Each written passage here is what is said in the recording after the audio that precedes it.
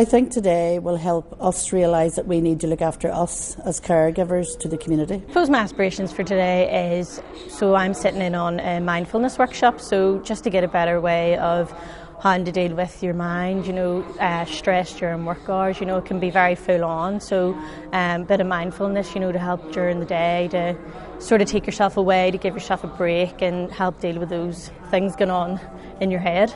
I suppose to have a better understanding and depth around mindfulness and how to have better understanding around different coping mechanisms with stress related issues that we deal with on a daily basis within the community. I'm a trainer. I deliver training on compassion fatigue, vicarious trauma, self-care for people working on the front line and volunteers.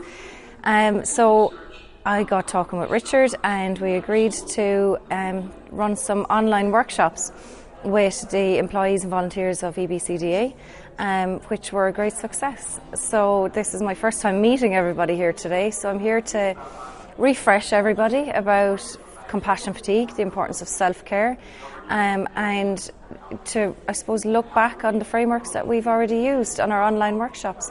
Today I was teaching the Wim Hof method in a short workshop, and that was to follow up my talk on managing stress. So the Wim Hof method is a really practical way to train your nervous system how to down-regulate from stress. So we had a group drumming workshop, so it's just a bit of a hands-on workshop where we can explore the world of rhythm in a fun and interactive way, and bring some joy and creativity to the room. The workshop that I ran today was the Mindfulness for Busy Minds.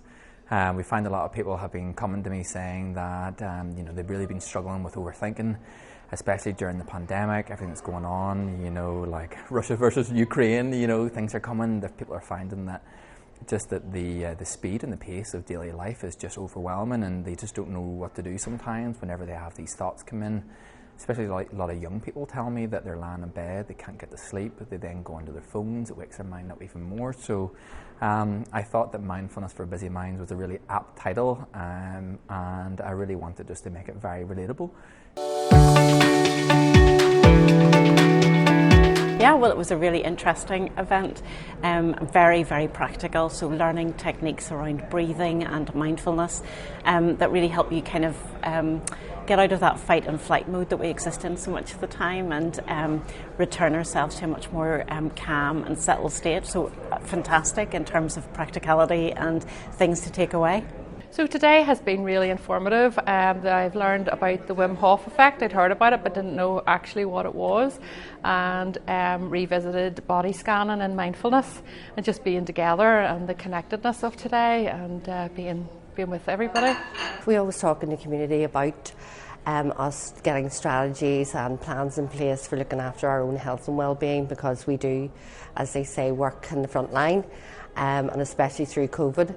So today we tend to do, which is lovely things, like maybe a massage or get our nails done or something, which is lovely, and they're all very instant and it gives you a bit of relief. But today, because I think we looked at our mindfulness and giving us strategies to actually decompress, look at our nervous system, work our way through to get to a calm place and give ourselves time. I just think that's been really, really interesting. It's definitely something I'm going to try to use.